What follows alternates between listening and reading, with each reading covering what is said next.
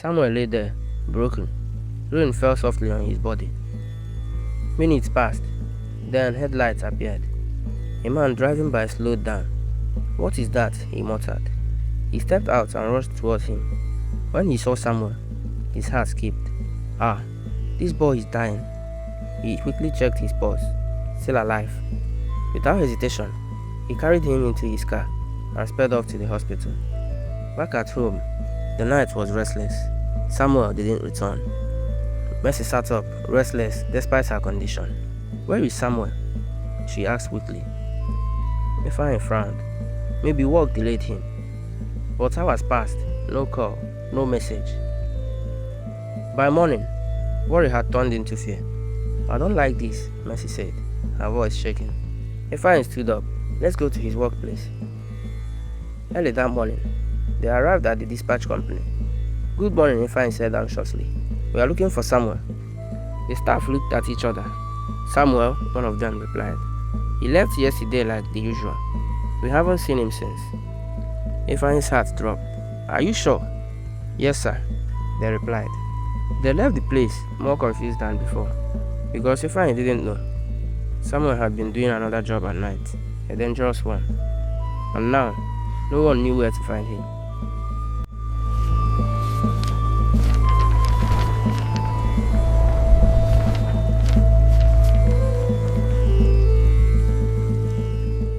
At the police station, the situation was just as tense. Anthony arrived early that morning, his face filled with anger and disbelief. "My son cannot do such a thing," he said firmly. Prince sat inside, tired but still holding on. "Dad, I told them I didn't know anything about it," he said. Anthony turned to the officers. "Release my son," but the officers shook their heads. "This is a serious case," one of them replied. "Drug trafficking is not something we overlook." Prince stood up frustrated. "I told you what happened," he said. "I was coming from work. I stopped at a boutique. I wasn't driving any bike. I was driving a car." But the officers who arrested him stepped forward. "That's not what we saw," one of the officers interrupted. Then he reached into a file. "Is this not yours?" He brought out a driver's license. Prince looked at it and froze. Anthony collected it quickly. "What is this?" he asked. "This is the ID he presented that night," the officer said. Prince shook his head immediately. No, that's not mine." Anthony looked closely.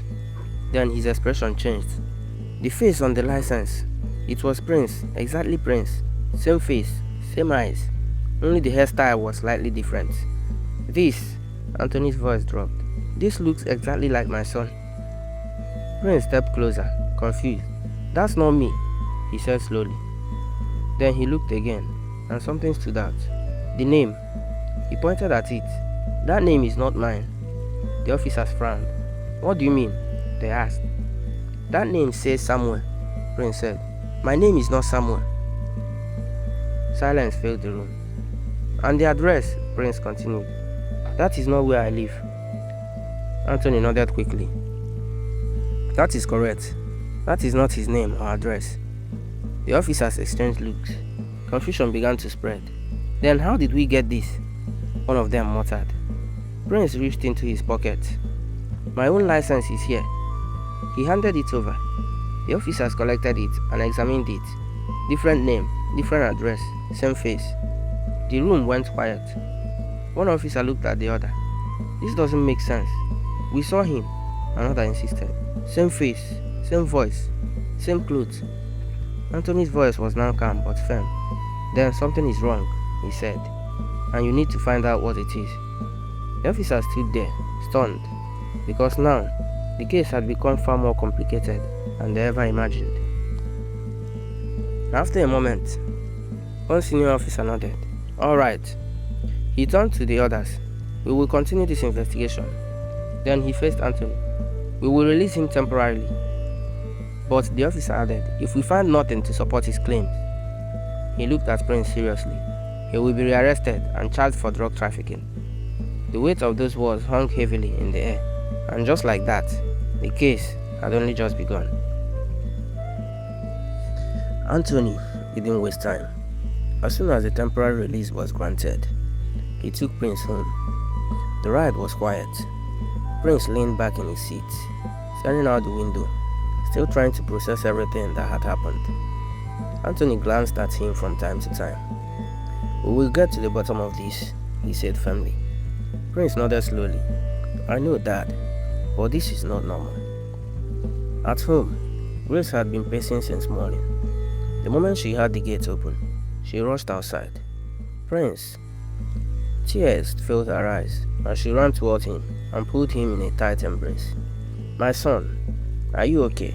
she asked, holding his face, scanning him from head to toe.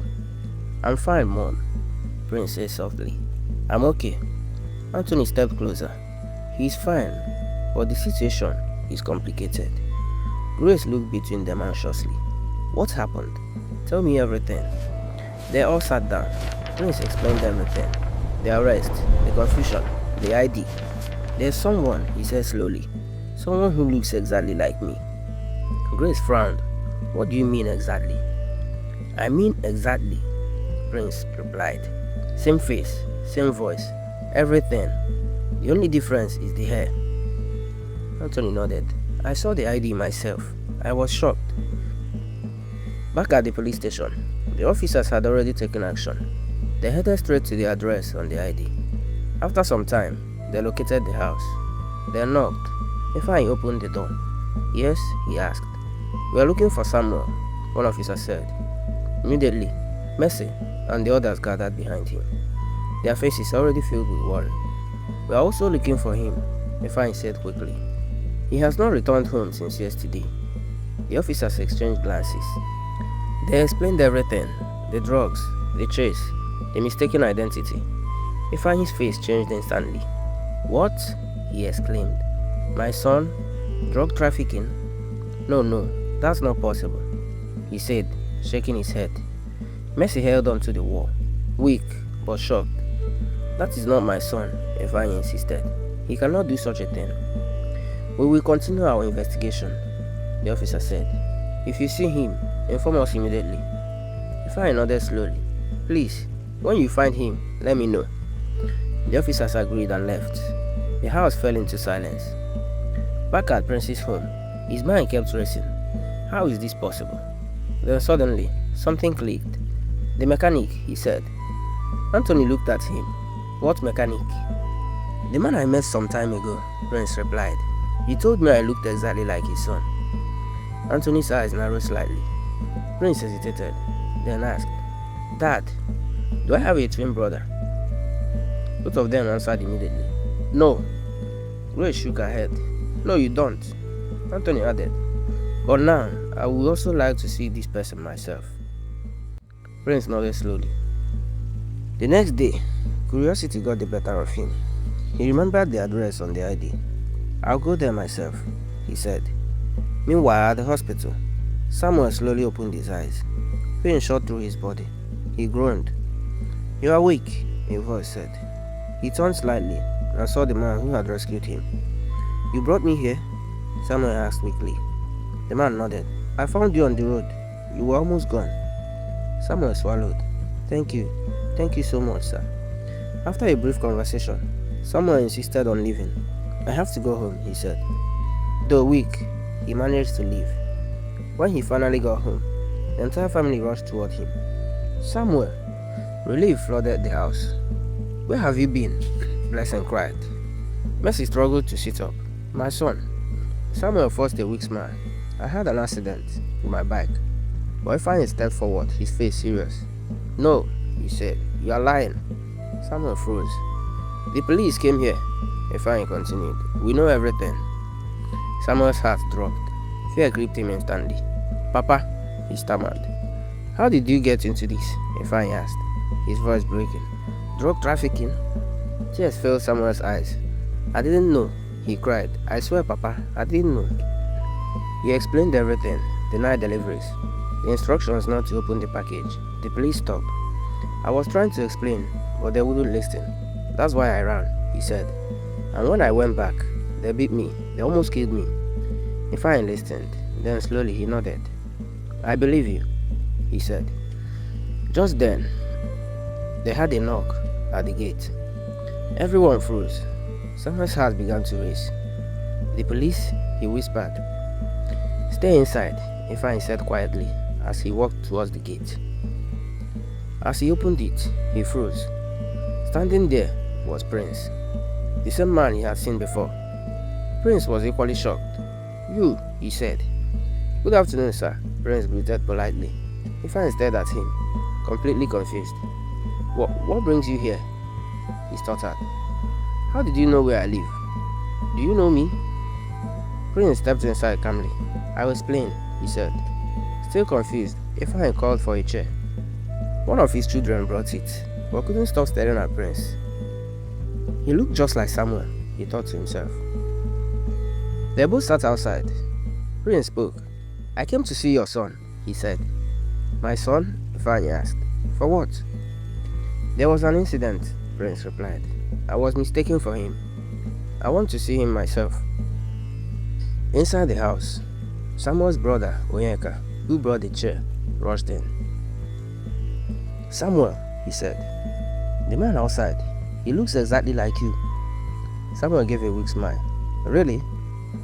Curious, he walked to the curtain and peeped outside. The moment he saw Prince, he froze. Shock hit him instantly. He stepped outside slowly. And at that same moment, Prince turned. Their eyes met. Prince stood up slowly. Both of them stared at each other, unable to speak.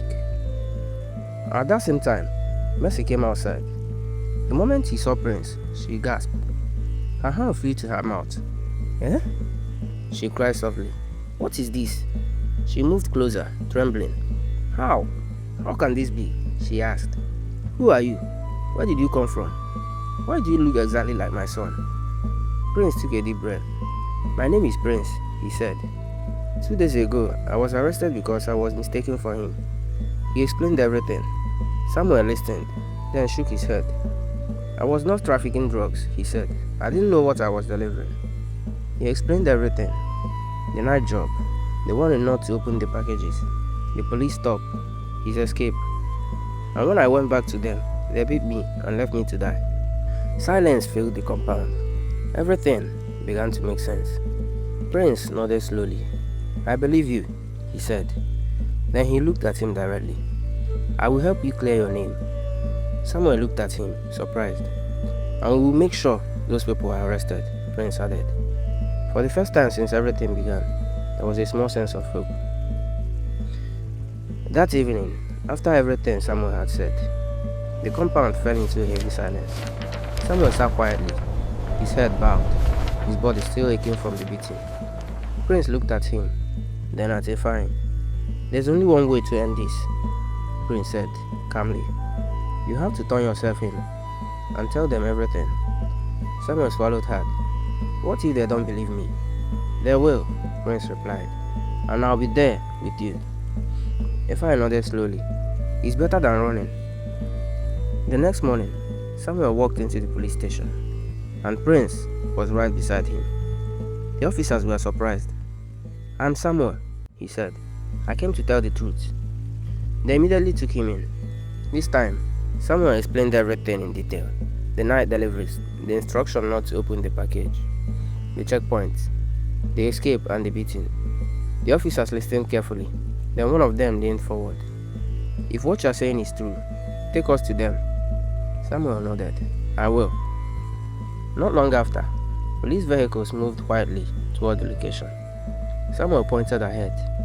That's their base. The officers surrounded the area. Police, nobody move. The drug dealer scattered in panic, but it was too late. They were caught, and one by one, they were arrested, handcuffed, and taken back to the police station. During interrogation, the truth came out. Samuel had been telling the truth. Even the injuries on his body matched his story. He was innocent. With Prince's help, the process moved quickly. Lawyers got involved. Statements were cleared. And when it was time for bail, Prince stepped forward. I'll pay, he said. Samuel looked at him, surprised. When Samuel returned home, relief flooded the house. Mercy held him tightly, tears running down her face. My son, thank God. Ifeanyi nodded deeply. We are grateful. They turned to Prince. Thank you, Ifeanyi said sincerely. Samuel stepped forward. I'm sorry, he said to Prince. Because of me, you were arrested and humiliated. He lowered his voice. He lowered his head in appreciation. Prince didn't respond immediately. He just kept looking at him, studying him. Inside his mind, one thought echoed. We look exactly the same. Later, as they sat outside, Prince asked quietly, Tell me about yourself. Samuel nodded and began. He spoke about his life, his struggles, his work as a dispatch rider. Then he added, I had a twin brother, but he died after birth. Prince froze. What? Samuel nodded. That's what my parents told me.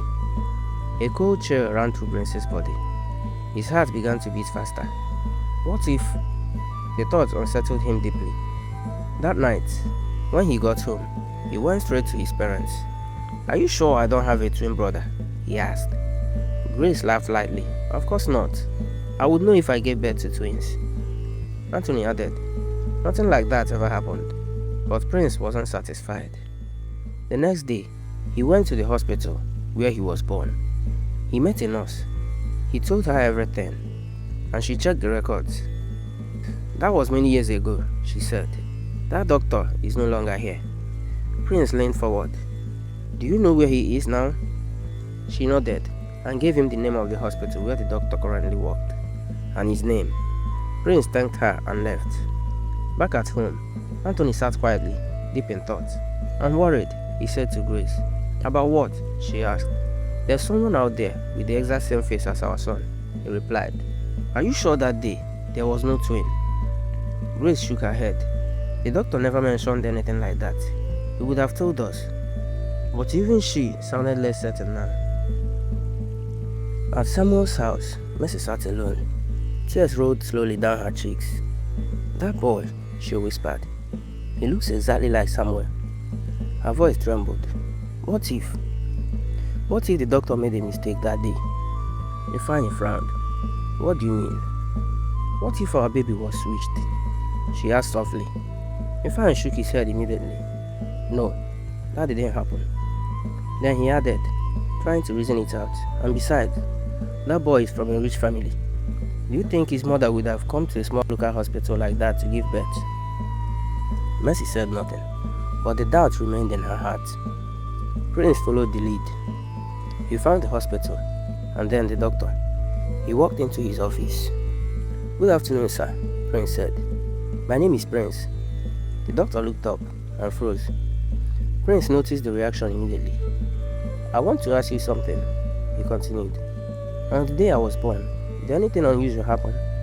Did you in any way switch any baby? The doctor's expression hardened instantly. What kind of nonsense is that? He snapped. I'm serious, Prince said calmly. Get out, the doctor shouted angrily. You are insulting me and my profession. Leave my office now. Prince stood still for a moment, then turned and walked out. The moment the door closed, the doctor grabbed his phone. His hands trembled as he dialed Anthony's number. Hello, Anthony answered. Sir, the doctor said nervously. Your son came to see me. Anthony's voice changed immediately. What? He asked about that day, the doctor replied. For a moment, there was silence. Then Anthony spoke slowly. Tell me the truth. Does my son have a twin brother? The doctor hesitated. His throat went dry. Then finally, he answered. Yes, he said quietly. The baby had a twin brother. Anthony's grip tightened on the phone. His voice rose with anger. Then why didn't you tell us? As soon as the call ended, Anthony did not wait. He drove straight to the hospital. The moment he entered the doctor's office, his presence filled the room with tension. The doctor stood up nervously. Sir. Anthony stepped closer, his voice cold with anger. You told me my son had a twin, he said. Why didn't you tell us that day? The doctor swallowed. I didn't think it was necessary, he said, his voice shaky. Anthony's eyes burned with rage. Not necessary, he repeated. You gave us a child, and you hear something like that? The doctor couldn't meet his eyes. Anthony stared at him for a long moment, then turned and walked away. Later that evening, Anthony sat with Grace at home. "This is bad," he said quietly. Grace looked at him, worried. "What are we going to do?" Anthony exhaled slowly. "The only way to stop Prince from digging deeper is to send him away." Grace frowned. "Send him away?" "Yes," Anthony replied. "We'll send him to our company branch in another state." Grace hesitated, then nodded slowly. "It might work," she said. That evening, they called Prince. "We have something important to discuss," Anthony said. Prince sat down, watching them. "I want you to travel," Anthony continued. "We need you to oversee one of our companies in another state." Prince looked at him carefully. "Now?" he asked. "Yes," Anthony said. "It's important." Prince nodded slowly, but something didn't feel right. Later, the next day, Prince went to see Samuel. "I found out something," he said. Samuel looked at him. "What?" "I was born at the same hospital as you," Prince said. Samuel froze. "What?" Prince nodded. "Same day." Samuel's heart began to race. "That's not a coincidence," he said. They both agreed to take a DNA test. They decided to do it secretly, so that no one else would know. The next day, they went to a private diagnostic laboratory. Samples were collected properly from both of them. They waited for days. Those days felt longer than ever. And finally, the results came. When they opened it, they froze. The results showed that they are biologically related. Samuel's hand began to shake. Prince couldn't speak. "It's true," Samuel whispered. Prince stepped back slowly, his mind spinning. Later that day, they both decided to test their parents in secret. They secretly brought their mother's toothbrushes. It was done discreetly and secretly. And again, the tension was unbearable. When the results came, everything changed. Samuel's mother was Prince's biological mother. Prince's mother was not. Silence, then anger. Prince's fist clenched tightly. This is not possible," he said. But the evidence was clear. Prince took his own copy of the results and left. His mind was burning with anger and questions. Samuel returned home. His parents noticed his expression immediately. "What is it?" Ifeanyi asked. Samuel explained everything and handed them the results. They read it and froze. Mercy's hands began to tremble. "No," she whispered.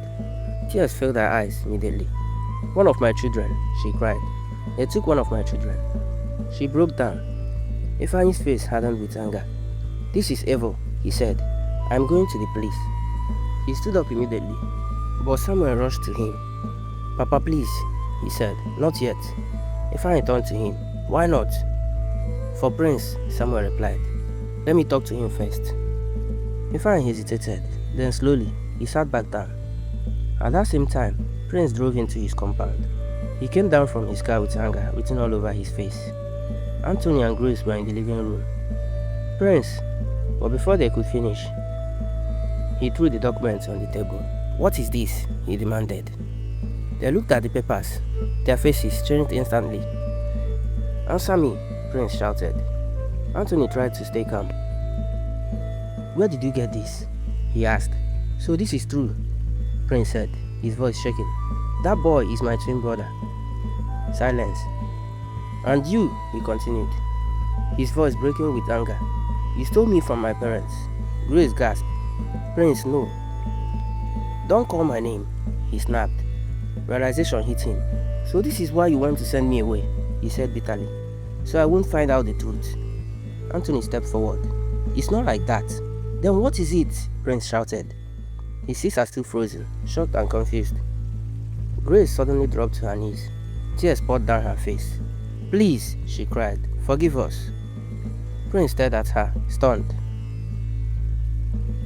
"That day," she said, her voice shaking, "the baby I gave birth to died.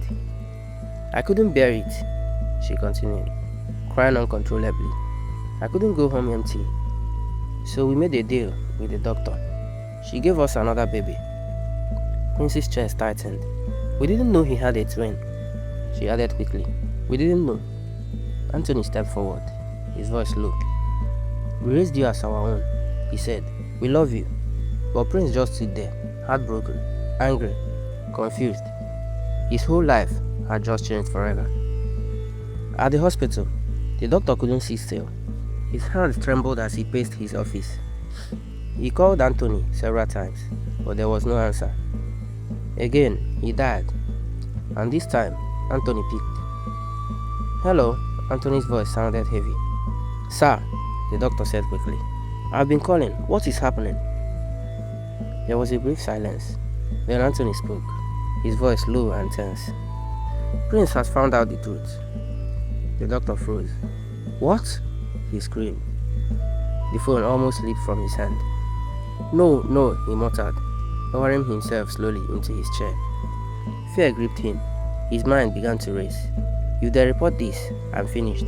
My license, my career, everything."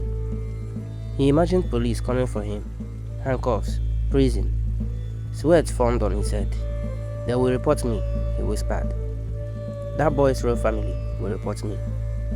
The fear became unbearable, and then a dark thought crept in.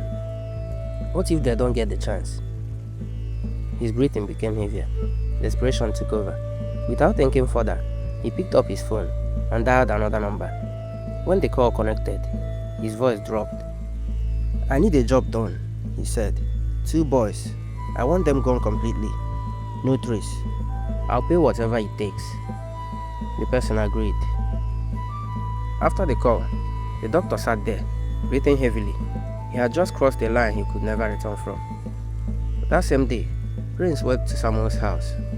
The moment Mercy saw him, she broke down again. "My son," she whispered.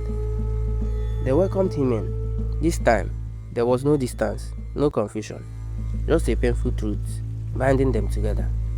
They sat, talked, shared everything. Prince stayed the whole day.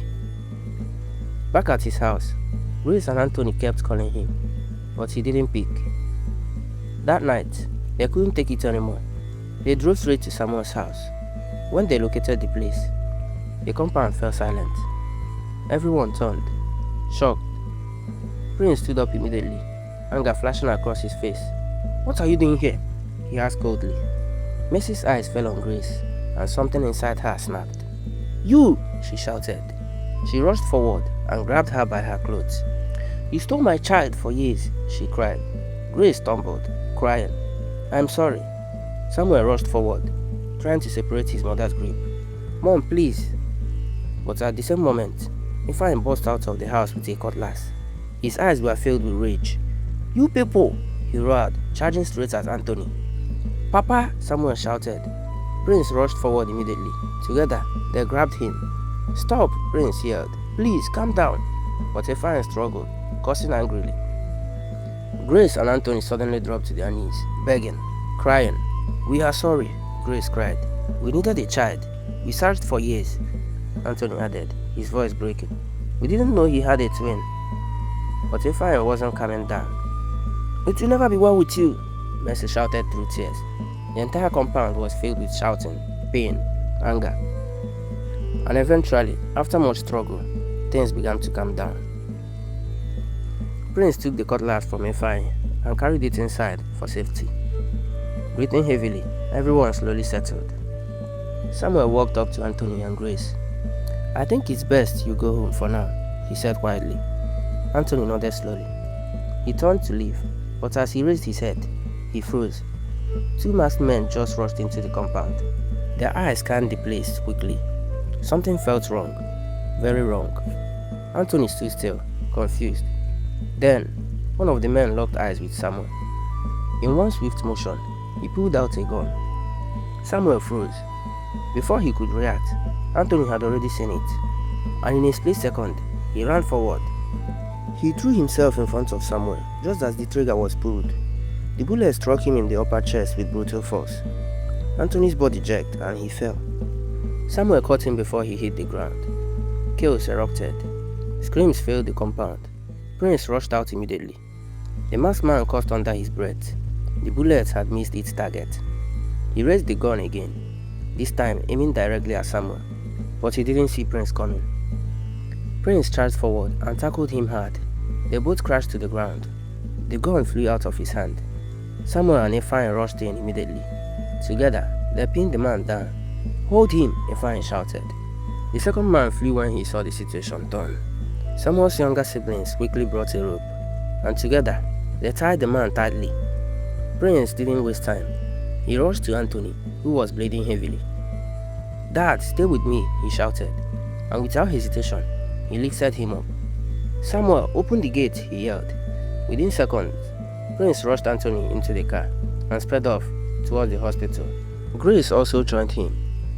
At the hospital, nurses rushed out immediately. A stretcher was brought out quickly. Anthony was taken inside. Grace Samuel arrived moments later. Her hands clasped after reporting at the police station. Tears streaming down her face. All of them waited. Prince stood beside her, trying to stay strong, but his hands were trembling. Meanwhile, at the police station, Samuel and Efrain gave their statements. Masked men entered our compound, Samuel explained. They were sent by someone. The police moved fast. The captured dog was brought in for interrogation. At first, he refused to talk, but under pressure, he broke. "The doctor sent us," he confessed. "He paid us to eliminate the boys." That was all the police needed. Within hours, they traced and arrested the doctor. At the police station, Samuel asked for a private moment with the doctor. The officers allowed it. The doctor was brought in, looking broken and terrified. Samuel stood in front of him quietly. Then he spoke in a low voice. "You better not tell them anything about the baby swap," he said firmly. The doctor looked confused. Samuel stepped closer. "Keep that part to yourself, or your crimes will become even worse than they are now." The doctor hesitated, then slowly, he nodded. "I understand," he whispered. Samuel turned and walked away. He had said it not to protect the doctor, but to protect Anthony and Grace from more pain. At the hospital, after hours of surgery, the doctor finally came out. "He is stable," the doctor told them. Relief hit everyone at once. Grace collapsed into tears again. "Thank you, God," she cried. Prince held her shoulder gently. "He's going to be okay," he said softly. The doctor was later officially charged with attempted murder and conspiracy. The news shook everyone. Days later, Anthony finally opened his eyes. He was weak, but alive. The moment he saw everyone standing around him, his expression changed.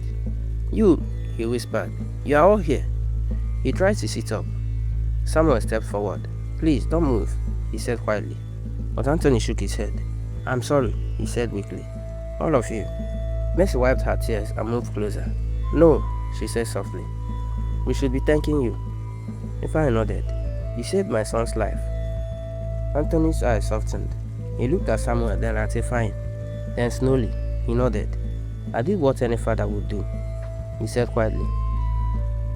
A few days later, Anthony was discharged. Life slowly began to settle, but nothing was the same again. Prince now moved between both homes. Sometimes he stayed with Anthony and Grace, and sometimes with Samuel and Efrain. Samuel also visited often, becoming part of the both families. Anthony also supported Mercy's medical treatment, ensuring she got proper care, and slowly, healing began. Samuel and Prince grew closer than ever. Two brothers by blood, now learning what it meant to be family. At first, Grace and Mercy were distant, but over time, pain turned into understanding, then understanding turned into friendship, and eventually into sisterhood. They often sat together, talking, even laughing, sometimes about how life had changed everything. In the end, no one lived in separation anymore. There were no two families now, only one. A broken beginning turned into a whole story. And though the truth had started with pain, it ended with something stronger than blood alone: forgiveness, family, and peace.